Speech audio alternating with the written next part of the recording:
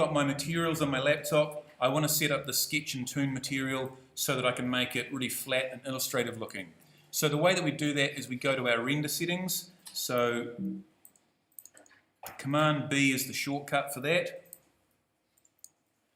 And this will open up your render settings.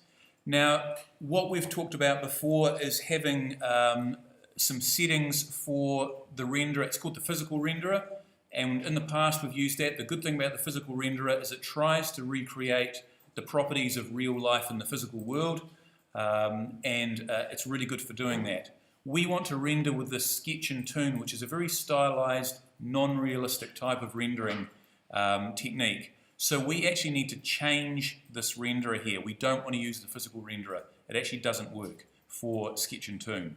So under this renderer heading, the drop-down menu here, I'm going to pick the standard renderer. Once I've done that, I can go to my effects button to the left on the bottom of this render settings, and in our effects, somewhere down towards the bottom, we've got sketch and Toon. So we can turn that on, and what you should see straight away is you should start to see some lines appearing on your 3D model that look like illustrative outlines. So yeah, make sure your renderer is on standard, and then under your effects you can find sketch and Toon. So what you'll also see is that in the materials editor, down the bottom left of your screen, you've now got a new sketch and Toon material. So we've got two different places that we start to control the look of our sketch and Toon material. The render settings, in particular, if we go to the shading section of that, this controls how all the sort of the solid surfaces of your 3D models look. So the shading area, that controls how your surfaces look. This sketch and Toon material down the bottom left, that controls what the lines around all your objects look like. So there's two different places to control the look of your sketch and Toon setup. Now, what we can do, there's a bunch of different things that we can do for our renderings here, and I'm going to do some test renderings. The other thing I'm going to show you is how to set up what's called the interactive renderer, which is a great way of being able to render stuff and make changes and watch in real time. So I'm going to position my render settings window just to one side. I'm going to shift my laptop so I can see it clearly, and under my render menu I'm going to go interactive render region, and I'm going to drag these points around my laptop, and what this is doing is it's making kind of a live rendered view in your interface, so we can see the shaders and the materials here. What will happen is whenever we change a parameter in our materials, this will update automatically, so we don't have to keep doing test renders. Okay. Now you might notice that the quality of the interactive renderer is not super high. It might be a little bit low resolution. Inside the interactive renderer box, you'll see over on the right there's a little tiny triangle. That is a quality setting. If you click and drag that upwards and then wait a couple of seconds, that will redraw at a much higher quality. It'll be a little bit slower, but it'll draw at a higher quality. If you click and drag and pull that downwards, it'll redraw very quickly, but at a really low quality. So depending on how complex your scene is, this little slider is really useful if you want fast feedback on your render as you work. Okay, so back to this sketch and Toon settings. I'm going to work in this shading tab for a start. So this is controlling the surfaces of the 3D object. At the moment, the important setting is this one called Object. It's set at shading. What that means is that all the 3D objects in here are being coloured by their normal material shaders down in our material editor. So that's what that means. If we change this to a custom colour, what will happen now is our entire rendering will change to whatever this particular colour is. So you might want a really simple illustrative look that is just one particular color. So you can set a custom color, wait for this to update, and that custom color will color everything. There are a bunch of other settings there. I'm not going to go through those right now, but the important point is that this object setting controls whether we're using the normal materials for shading or if we're using custom colors or some other custom setup.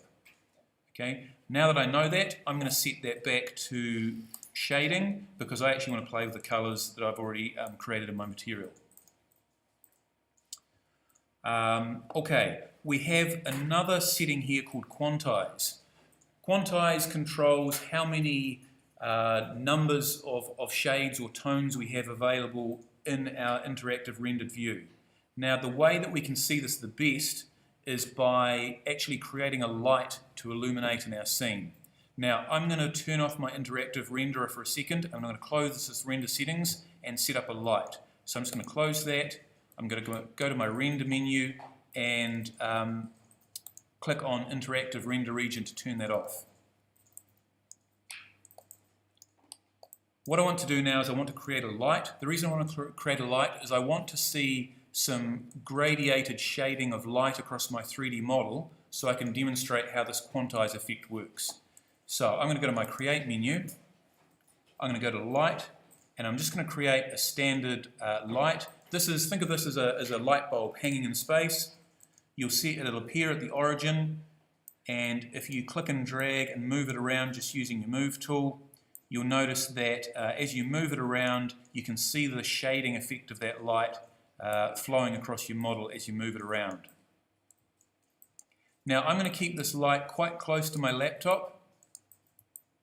I'm just going to move my view around a little bit so I can see accurately whereabouts it is in 3D space.